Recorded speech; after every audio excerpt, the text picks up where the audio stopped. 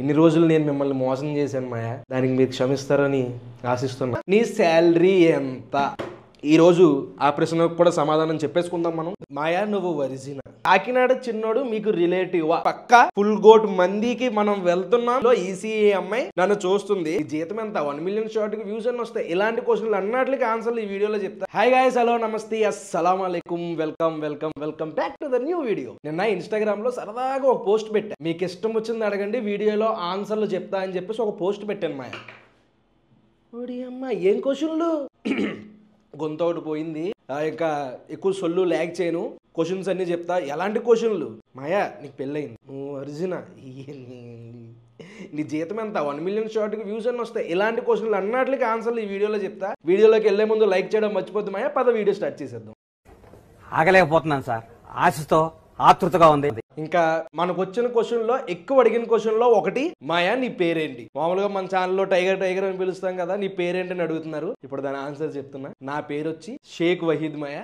నువ్వు విన్నది కరెక్టే, షేక్ వహీద్. నేను ముస్లిం, కానీ చూడడానికి అలా కనిపించకపోవడం వల్ల అందరూ కూడా అలాగ ఎప్పుడు చూడలేదు, ఇలా చెప్తే కన్ఫ్యూజ్ అవుతూ ఉంటారు. కానీ నేను ముస్లిం. డౌట్ క్లియర్ అయింది అనుకుంటా. ఇంకా మనకు వచ్చిన సెకండ్ క్వశ్చన్ వచ్చి ఎక్కువ అడిగిన వాటిల్లో, నీ ఏజ్ ఎంత? నేను చెప్పే ముందు సరదా కింద గెస్ కొట్టండి నా ఏజ్ ఎంత ఉంటుందో. దరిద్రం ఏంటంటే చిన్నపిల్లోని మాయా, నిజంగా చిన్నపిల్లోని. కానీ చూసే వాళ్ళందరికి పంది పిల్లలా కనిపిస్తాను. కరెక్ట్, ఇది కరెక్ట్ గా చెప్పావయ్యా. నా ఏజ్ వచ్చి నేను జనవరి 28, 1999 లో పుట్టాను. నమ్ముద్ది కావట్లేదు కదా. ఆధార్ కార్డు చూపించాలా? ఆధార్ కార్డు ఎక్కడుంది? ఆధార్ కార్డు వద్దులే కానీ నిజంగా ఆధార్ కార్డు లో ఒరిజినల్ గా కూడా 1999 లోనే పుట్టాను. రెస్టారెంట్ల మీద పడి ఇలా తినడం వల్ల ఇలా తయారయ్యా. నా ఏజ్ ఇప్పుడు 25 రన్నింగ్ లో ఉన్నట్టుంది. ఇంకోసారి 25 రన్నింగ్ లో ఉన్నట్టుంది. ఇది కూడా క్లియర్ అయిపోయింది కదా. కాకినాడ చిన్నోడు మీకు రిలేటివ్? అవును మాయ, కాకినాడ చిన్నోడు నాకు రిలేటివే. ఏది ఒకసారి మామయ్య అనమ్మా, వరుసకి మాయా మాయా అని పిలుస్తాడు గానీ నేను ఆడికి బాబాయ్ నవ్వుతాను. ఒక హఠాత్ పరిణామం, ఎవరు ఊహించినటువంటిది. అంటే వాళ్ళ అమ్మగారు మా డాడీ వాళ్ళ అక్క కూతురు అనమాట. నాకన్నా వయసులో కొంచెం పెద్ద ఆవిడ. అలాగా నాకు బంధువు అయ్యాడు అనమాట, కర్మగాలి. ఏం చేద్దాం. నెక్స్ట్ క్వశ్చన్ వచ్చి, బ్రో మీరు ఈ వ్లాగ్ చెయ్యకపోతే ఇంకేం చెయ్యాలని మీ plan? I mean second option.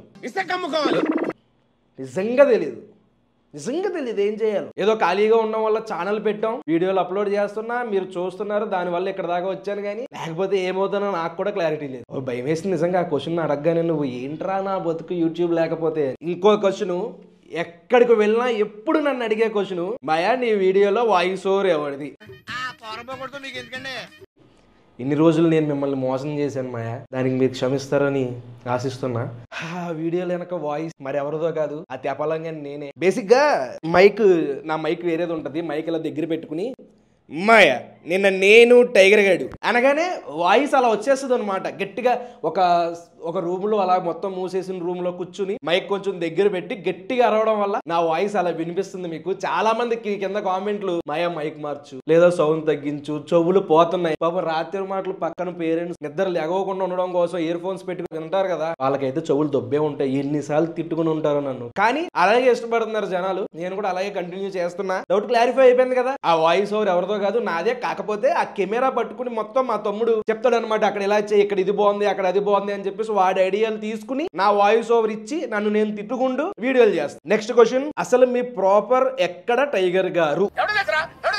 చాలా పెద్ద క్వశ్చన్ ఇది, నాకే క్లారిటీ లేదు. బేసిక్ గా నేను పుట్టింది భీమవరం దగ్గర ఉన్న ఆకివీడు అనే ఊర్లో. మా నాన్నగారు వాళ్ళది ఈస్ట్ గోదావరి రామచంద్రపురం. నేను 5th క్లాస్ వరకు రామచంద్రపురంలోనే ఉన్నా. నెక్స్ట్ అక్కడ నుంచి తెలంగాణ కోదాడ వెళ్ళిపోయాం. ఆ కోదాడ వెళ్ళిన తర్వాత అక్కడ 7th 8th అనుకుంటా, 6th 7th 8th ఏదో చదివా. అక్కడ నుంచి విజయవాడ వచ్చు. నెక్స్ట్ విజయవాడలోనే నా 10th ఇంటర్, నెక్స్ట్ డిగ్రీ 2 సంవత్సరాలు చదివాను. మాయా నీకు చదువు బాగా ఎక్కువ ఉంది, ఇక్కడ నువ్వు వద్దని చెప్పేసి పంపించేస్తే మళ్ళీ అక్కడ నుంచి భీమవరం వచ్చేసి ఆకివీడు వచ్చేసి డిఎన్ఆర్ కాలేజీలో చదివా. అది ఇప్పుడు చెప్పండి, నా ప్రాపర్ ప్రస్తుతానికి అయితే ఆకివీడు, భీమవరం దగ్గర ఉన్న ఆకివీడు నా ప్రాపర్ అనమాట. మా ఎమ్మెల్యే గారు ఎవరో తెలుసా? రఘురామ్ కృష్ణరాజు గారు, త్రిబులార్. అలా ఉంటుంది మరి మా నియోజకవర్గం. ఎట్లుంటది మరి మనతో?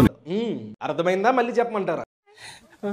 నెక్స్ట్ క్వశ్చన్ వచ్చి మాయా తప్పుగా అనుకోకు, నువ్వు ముస్లిం కదా అంటే బాగా తెలుగు ఎలా వచ్చు? మా ఇంట్లో ఎక్కువ తెలుగులోనే మాట్లాడుకుంటాం మాయా. మొత్తం మా ఫ్యామిలీ మా ఏరియాలో కూడా అందరూ తెలుగులో మాట్లాడుకోవడం వల్ల చిన్నప్పటి నుంచి అలాగా నాకు తెలుగు బాగా వచ్చు అన్నమాట. ఓకే, ఇంకో క్వశ్చన్ ఎప్పటి నుంచో నన్ను అడిగే క్వశ్చన్, బిజినెస్ ఎప్పుడు స్టార్టింగ్ మాయా? చాలా క్రియేటర్స్ అదే చేస్తున్నారు ప్లాట్ఫామ్ లో సైడ్ ఇన్కమ్ కోసం. ప్లాన్ లో ఉన్నాను మాయా, మిమ్మల్ని అందరినీ నమ్ముకునే స్టార్ట్ చేయాలి. హోప్ మీ అందరూ కూడా బాగా ఎంకరేజ్ చేస్తారు అనుకుంటున్నాను. ఏది స్టార్ట్ చేసినా సరే మీకు ఉపయోగపడేలాగే, ఫుడ్ పరంగా అయితే మీరు హెల్దీగా ఉండేలాగా, లేదా ఇంకేమైనా పెట్టితే దానికి మీ డబ్బులకి న్యాయం జరిగేలాంటి బిజినెస్ లే స్టార్ట్ చేయాలనుకుంటున్నాను. హోప్ మీరు అందరూ సపోర్ట్ చేస్తారు అనుకుంటున్నాను. నెక్స్ట్ క్వశ్చన్ వచ్చి, అన్నా నువ్వు ఎప్పుడు యూట్యూబ్ స్టార్ట్ చేసావు? 2021 January 7th నేను యూట్యూబ్ ఛానల్ క్రియేట్ చేసా. వీడియో ఏమో January 28th నా బర్త్డే రోజు వీడియో అప్లోడ్ చేసా. తర్వాత అలా స్లోగా ఇప్పటికి 21 అంటే 22, 23, 24 3 years అయిపోతున్నట్టు. 3 or 2 మొత్తానికి అవుతుంది. నెక్స్ట్ క్వశ్చన్, ఓహో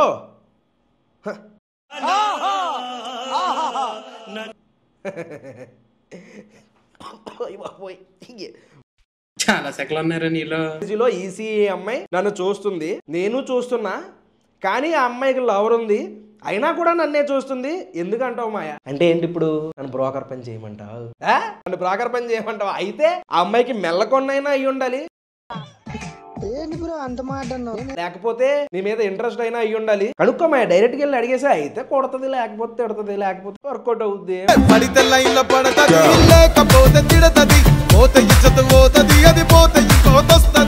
అడిగేసి నేనైతే బ్రోకర్ పనులు నేను ముందు చెప్పేస్తున్నాను. అన్నయ్య రీల్స్ కాకుండా మీ జాబ్ ఏంటి? ఏం లేదు మాయా, ఫుడ్ వ్లాగ్స్ చేయడం, ఫుడ్ వీడియోలు చేయడం. కొత్తగా ఏమన్నా ట్రై చేస్తున్నాం ప్రస్తుతానికి. అది బిజినెస్ ప్లాన్స్ ఉన్నాయి, అవి కూడా తొందరలోనే మీ ముందు తీసుకొస్తాం. నెక్స్ట్ క్వశ్చన్, గ్లామర్ సీక్రెట్ ఏంటి మాయా?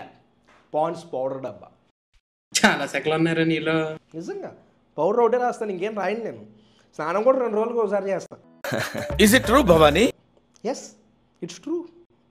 మీలో చాలా మంది కూడా అలాగే చేస్తారు, ఎక్స్ట్రాలు చేయకండి. మాయా నువ్వు ఎన్ని కేజీస్ ఉన్నావు అదే బరువు? నేను ఒక నెల కిందటి వరకు 75 kgs ఉండేవాడిని. నెల రోజుల్లో 10 kgs పెరిగా, ఇప్పుడు 85 ఉన్నా.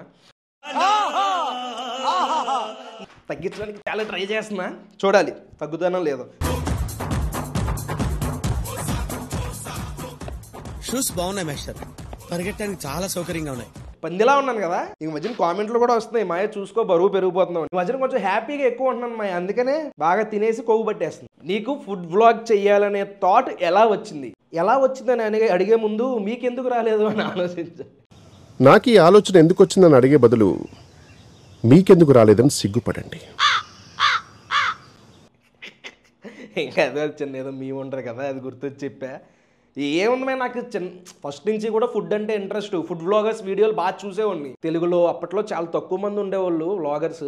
వాళ్ళవి చూసి నేను బాగా ఇన్స్పైర్ అయ్యా. నెక్స్ట్ వచ్చి ఎప్పుడైతే నాకు 1000 మంది సబ్స్క్రైబర్స్ వస్తారో వెంటనే ఒక ఫుడ్ వ్లాగ్ పడాలి అని చెప్పేసి ఫస్టే ఫిక్స్ అయ్యాను. అలాగే చేసా.